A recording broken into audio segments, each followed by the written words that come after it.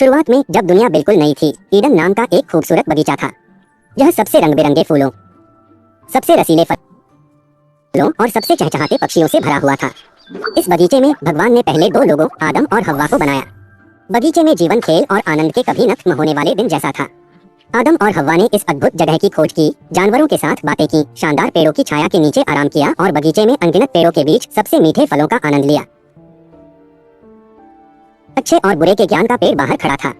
परमेश्वर ने आदम और हव्वा को केवल एक ही नियम दिया था, इस पेड़ का फल मत खाओ, लेकिन जिज्ञासा एक शक्तिशाली चीज है। एक दिन एक डरपोक सांप हव्वा के पास आया। यह एक आकर्षक विचार फुसफुसाया, फल खाओ और तुम भगवान के समान बुद्धिमान हो जाओगे। आपको अच्छे और बुरे के बीच का अंतर पता चल जाएगा। फल बहुत आकर्षक, बहुत स्वादिष्ट लग रहा था और ज्ञान का वादा बहुत लुभावना था। ईव ने हाथ बढ़ाया, फल उठाया और काट लिया। उसने कुछ एडम को दिया, जिसने भी खाया।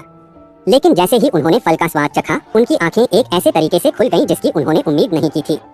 उन्होंने चीजों को अलग तरह से देखा और महसूस किया कि उन्होंने ईश्वर की अवज्ञा की है। उन्हें डर और शर्मिंदगी महसूस हुई, ऐसी भावनाएं जो उन्होंने बगीचे के आनंद में कभी नहीं देखी थी। जब परमेश्वर को पता चला कि उन्होंने क्या किया है, तो वह उनकी अवज्ञा से बहुत दुखी हुआ। परिणाम स्पष्ट था, वे अब अदन में नहीं रह सकते थे। गार्डन छोड़ना कठिन था। अदन के द्वार उनके पीछे बंद हो गए और पहली बार उन्हें जीवन की कठोरता का दंश महसूस हुआ। ईडन के बाहर दुनिया उबड़-खाबड़ और जंगली थी।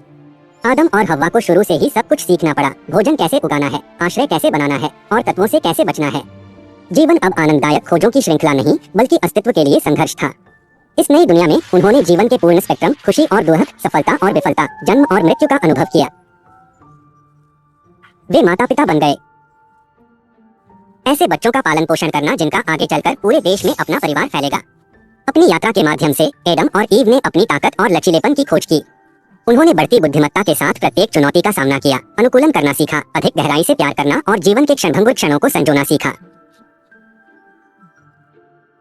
उन्होंने अपने बच्चों को ईडन की कहानियां, अच्छे विकल्प चुनने और अपने कार्यों के परिणामों के साथ जीने का महत्व सिखाया।